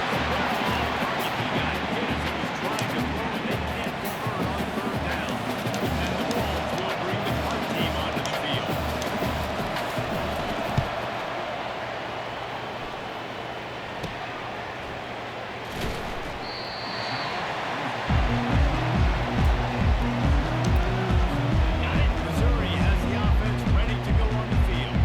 There have been few obstacles to this offense as they are starting to pull away here in the second half, Jesse. And this has been a dream game for this play caller too, right? It's like anything Going play action. is working. Looking for Cooper again. It's going to be the offensive coordinator, but not the defensive coordinator. They have had no answers. It's been absolutely Oh no! trying to solve it. How did that end up being triple coverage? Good grief. That would have been for their first pick of the game. Ball sitting right at the All right, 30, we're it'll be calling third and short. stick. Back to throw, it's Cook. He'll take another shot here. And it's caught inside the 30. Nothing like a little pitch and catch, folks. Sometimes it's just don't have the things. I've had a guy who's faster than your guys, and he's just going to run straight down the field, throw it way down the field. He's going to make the catch, and we're going to score a touchdown. Saw they were impressed. I just need one player going deep. And I've got some great receivers on this team. My quarterback has 394 yards passing already. The kick is up and good and put one more on the lead. And for a quick update, let's go to Kevin Connors in the studio. Guys, let's get you up to speed on what's going down in this fine college football game today. Clemson is putting on a show offensively. It feels like this one was over when they touched Howard's rock. All right, Foxfire zone press. On the dump over Appalachian State. We'll circle back if anything big happens in this college football matchup. Well, you can run the ball if you want, but you ain't going to win the game doing that. What? And they'll finally bring him down after he See, I have a problem where I run by the player thinking Running back's eyes got so I can just switch to the player nearest the opponent, and I can't do that. the defense just didn't float. My guy was hyping the crowd up. And it's his fourth interception of the game. Oh, come on. 14 deserved a touchdown. That's now already his second pick in this game. He's been doing an outstanding job in coverage. I think if you're the QB, you got to start avoiding him. Oh, yeah.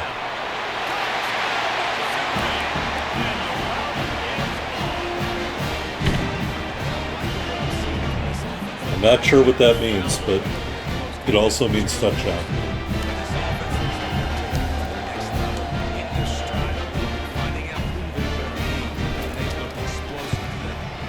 And folks, I'm just telling you, you have to run up the score. You have to run up the score. Because if you don't, the computer will come back and beat you. And they put it on the board.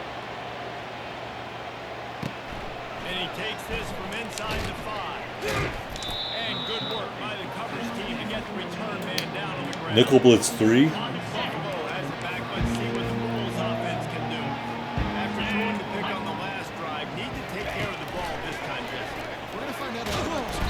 And that defense gets to him, and here we go with the 9. Defense just simply not Sam, Mike 1. pass rush.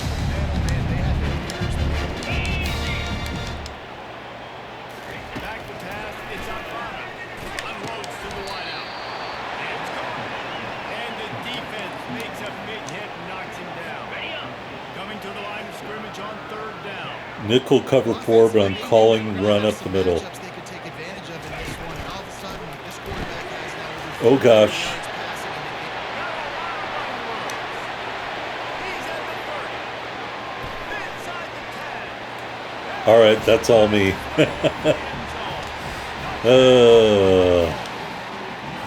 That's why I have to run up the score. Second receiving touchdown of the game.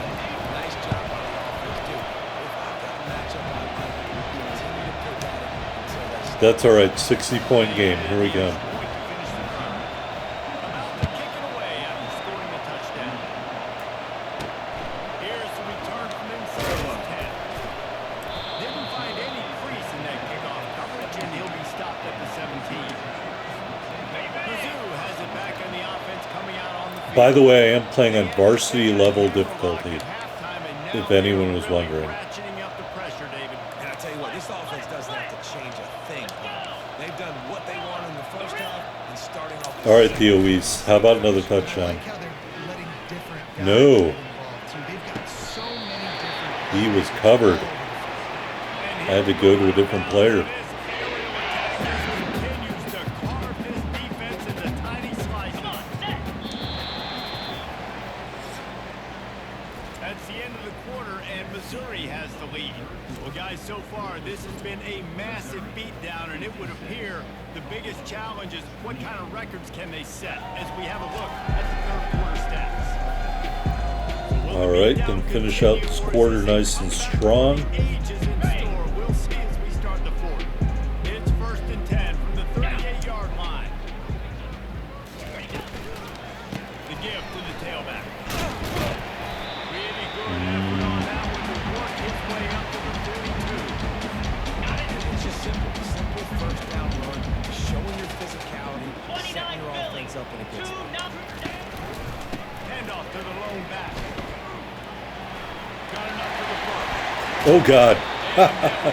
I juked that guy out of his shoes.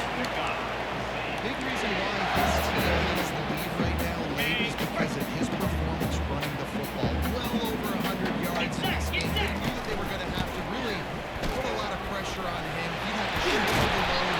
He has delivered for his offense all game long. Looks as if we have an injury on And that he's last winded play. from We'll running take a too break to much. check him out. Mizzou coming out with a fresh set of downs. Jackrabbit. Looking for room. It's Carroll. He is going nowhere. Stop at the line of scrimmage. I would never play the injured player. Just my opinion. Being willing to come up and tackle. That is so All right, we're looking for Burden across the middle. Big blocks, big space. You can't just hang out on the outside. You gotta go set that in. Conversely, I can tell you how much I hate it when receivers don't want to block. You got to do a better job. It's not going to be enough in this offense just to catch passes. You got to go execute your assignment. That corner should have been blocked. They should have gotten a bigger gain on that outside run. They'll dial up the run on 1st and goal. And the stopping has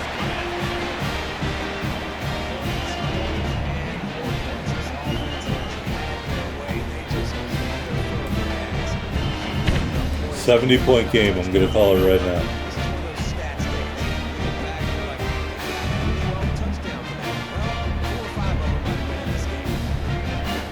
It's too fast to the corner. They'll try to add another to their lead. And the extra point will tack another one onto this lead. He put together an 81-yard drive, and he found his way to the end zone from the 7 to cap it.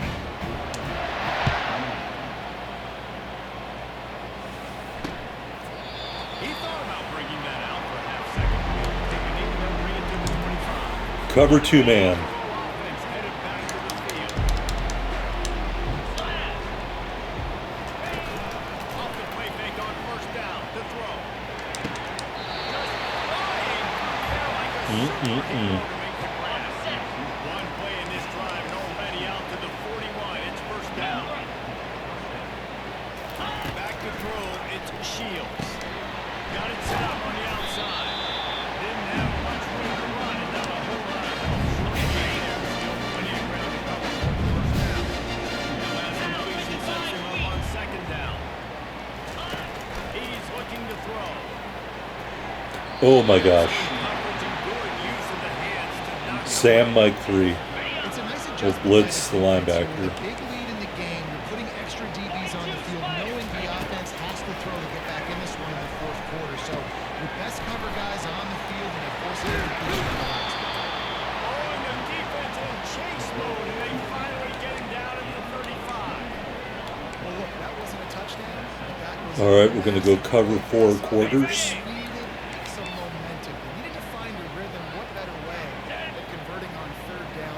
Awesome job by the quarterback. And this will be it. Nice close. Here forces second down. Cover 3 buzz match. It's going to be tough for this offense to get some completions here because now, trailing by this much, the defense is expecting pass and they're putting a whole bunch of extra DBs on the field to help them out in coverage. He's brought down Nickel the blitz momentum 3. of the game there, still a bit short of the first down. They probably feel good about their field goal chances from the 29, but they'd love to convert this third and short. Oh, they really could have used that catch there. And safe man left. Brings up a fourth down. And here comes the field goal leader.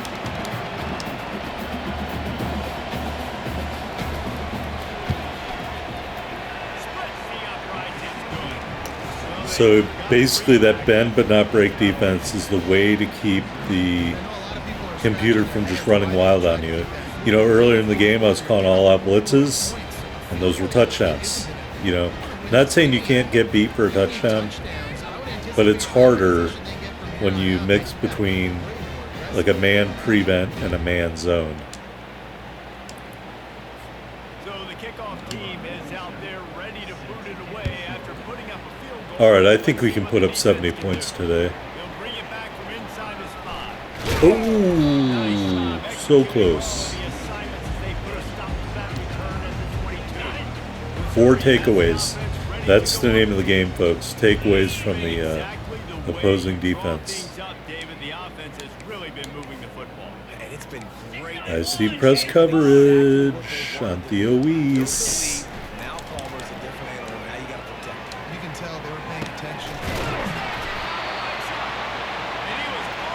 And he was double covered, so I switched to the tight end.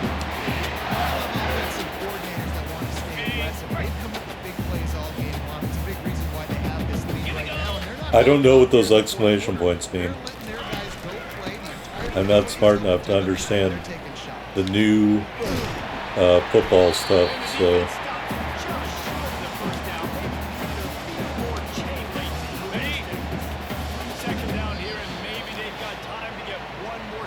all right, 2-minute warning.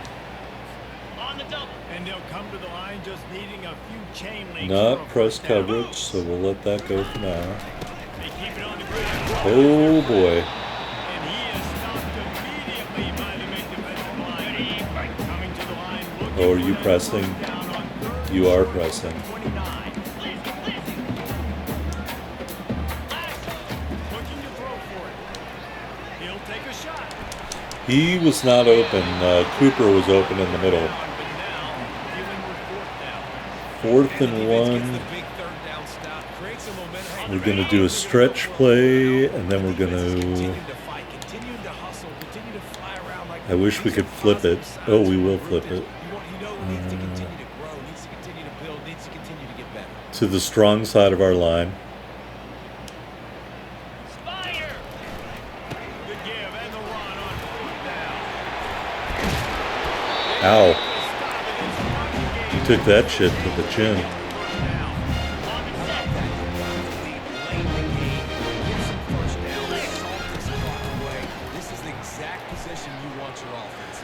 70 points.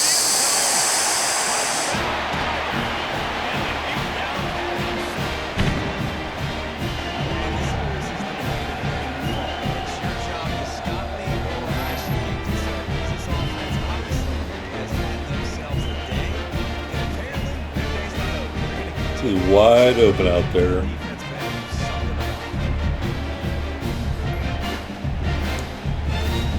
Lining up to tack one more onto that lead. And with the extra point, the lead is even bigger. We check in with Kevin Connors. What's going on, Kevin? Boys, if it's happening in college football, we've got eyes on it. Check this out.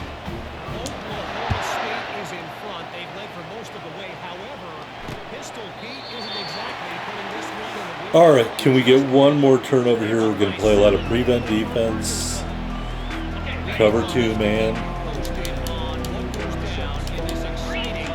We're going to rush the passer. About that one, definitely keeping an eye on everything going on elsewhere. Oh, beautiful. Pressure that's there. Goes at the 18.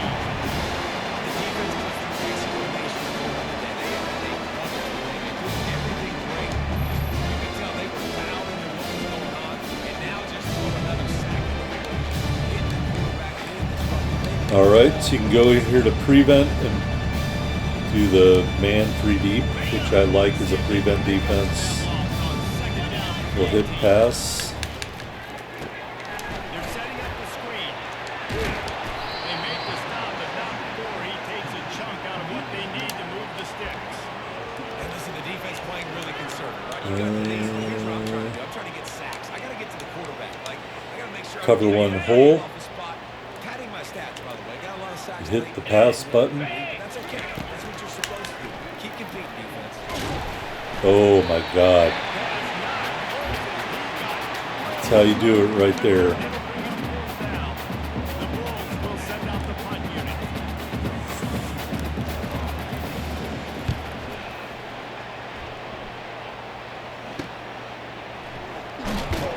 Tries to find a little more running room on that return, but he'll be stopped at the All right, so when you've thoroughly beaten the crap out of the enemy team, offense coming out on the if they don't have timeouts, you'll be able to do this very easily. by putting this But otherwise, you'll have to find it yourself. You can kneel out the clock. They've been excited. Now they get to breathe. But again, it won't run the clock down automatically unless they've used all their More timeouts. physical team all game long. So let's just run the ball. Let's just ice this football game.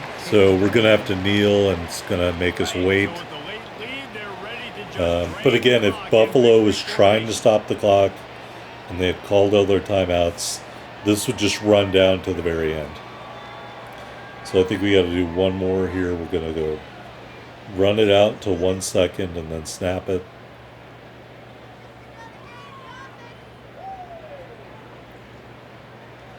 Crowd is awfully quiet.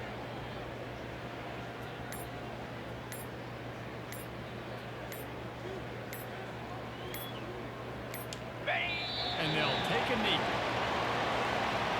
All right, and that is the game. When we get to the off season and they start having coaching clinics, they're going to roll this game tape back to show both offenses.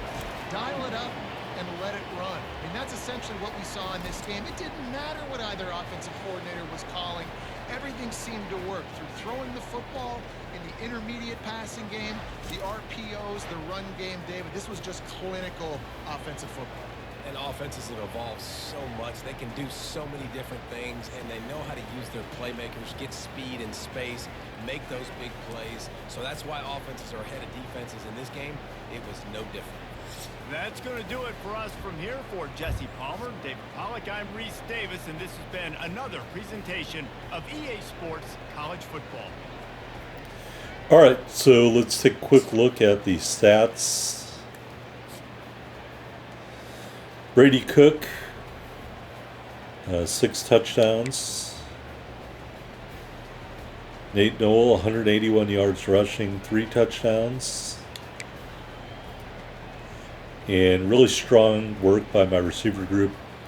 Weiss, 178 yards. Mookie Cooper, 116 yards. Luther Burden, 124 yards. But I'm serious when I say you have to play the game like that and beat up the opponent. Because if you don't, They'll just score touchdowns until you lose. All right, I'm just going to advance the week to show you the effect on the recruiting, and then we're going to call it. Did get 10 more points for our coach. So we'll upgrade those now. All right, over here into recruiter.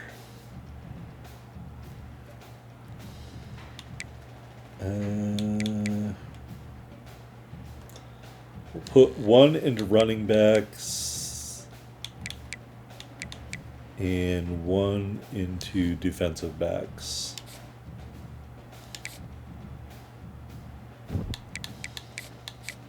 And advance.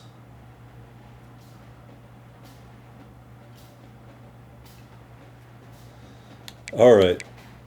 Top 5, look at that. Number 1 for the quarterback still.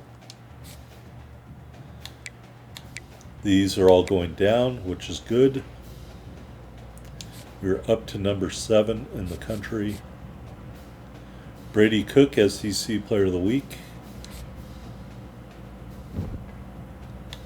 All right, so let's take a look at the recruiting. Quarterback Johns.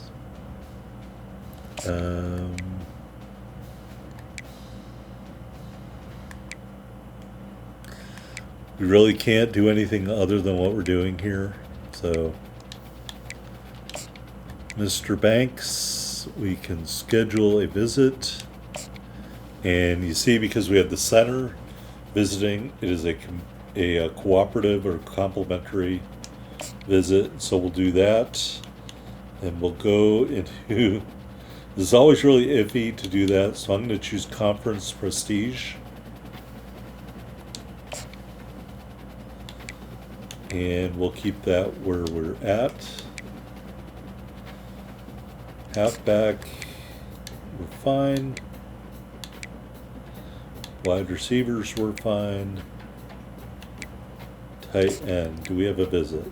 No.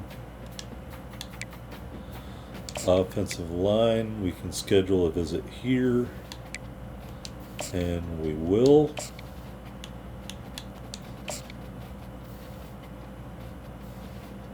And then we're out of points. So we have to hold serve on the rest of our stuff, but we still have big leads for the guards. Big lead at D-tackle.